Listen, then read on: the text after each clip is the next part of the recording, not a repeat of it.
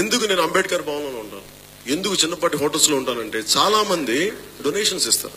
ఆ డబ్బులు నేను గౌరవించాలి, ఎలా ఉంచాలి, వెళ్ళి 7 స్టార్ హోటల్ పెడతాను, 5 స్టార్ హోటల్ పెడతాను. అందరు ఇంతమంది కలిసి ఉండాలి. నా ఒక్కడు ఉండే ఖర్చు 40 మంది సమానంగా ఉంటుంది అక్కడికి వెళ్తే. అందుకని నేను అంటాను, ఈ హోటల్లో ఉన్నా కానీ ఆ ఓనర్ తోటి మీరు బార్గెన్ చేయండి, డిస్కౌంట్ ఏమని చెప్పండి. ఎందుకంటే నా మన పార్టీ డబ్బు ఇది, అందరు ఇస్తేనే వచ్చింది. నేను కొంత పెట్టాను, మిగతా వాళ్ళు కూడా ఎంత కొంత పెట్టారు. అందుకని జాగ్రత్త, డబ్బుని చాలా జాగ్రత్త ఖర్చు పెడదాం.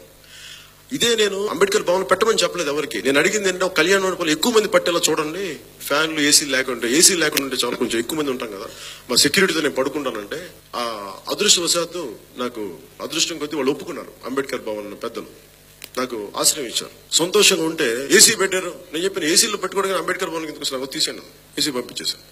అందరికి చాలా మంది అన్నారు, మన నాయకులు కూడా, నేను త్యాగం చేసేస్తాను, నీకోసం చచ్చిపోతానన్నా, అది ఇది అంటే ఆ రోజున చూశాను పడుకోవడానికి అష్ట కష్టాలు పడ్డారు. ఫ్యాన్లు లేవు, ఫ్యాన్లు ఉన్నాయి, బాత్రూమ్కి ఎక్కడికి వెళ్ళాలో తెలియదు. ఉన్నాయి బాత్రూమ్స్, అలాంటి బాత్రూమ్స్ అలవాటు లేవంట. అసలు అలవాటు చేసుకోండి, ఇలాగే ఉన్నాయి బాత్రూమ్, ఇట్లాగే ఉంటది.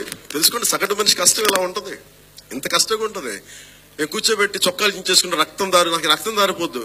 ఒక్కళ్ళు కొంతసేపు ఉన్నారండి, ఎండలో కొంతసేపు ఉన్నారండి, లేదంటే పోలీసు వాళ్ళు ఏదైనా నెడతారంటే సరే నెట్టించుకున్నారండి కొంతసేపు. ఇవన్నీ ఉంటాయి. నేనైనా పెద్ద పెద్ద త్యాగాలు చేయగల, మన కూర్చోబెట్టి మన ఏమైనా ప్రజా పోరాటాలు చేయట్లేదు తుపాకులతో పట్టుకొని. చాలా చిన్న పోరాటాలు, అందరం కలిసి నడిచి వెళ్దాం. పిక్కలు లాగేస్తున్నాయి, దాహం వచ్చేస్తుంది. నాకు అనిపించింది పెద్ద త్యాగాలు అవసరం లేదు, కమిట్మెంట్, డీప్ కమిట్మెంట్ పెడదాం, చిన్నపాటి కష్టం పడదాం, పెద్దపాటి రిజల్ట్స్ సాధిద్దాం. చిన్న కష్టం పెద్ద రిజల్ట్స్, చిన్నపాటి త్యాగం, ఎక్కువ అవసరం లేదు.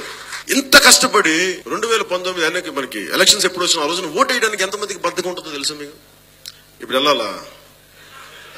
లేదంటే ఓ కామెంట్ చేయండి. ఎప్పటికప్పుడు మా వీడియోస్ చూడాలంటే సబ్స్క్రైబ్ చేసుకోండి.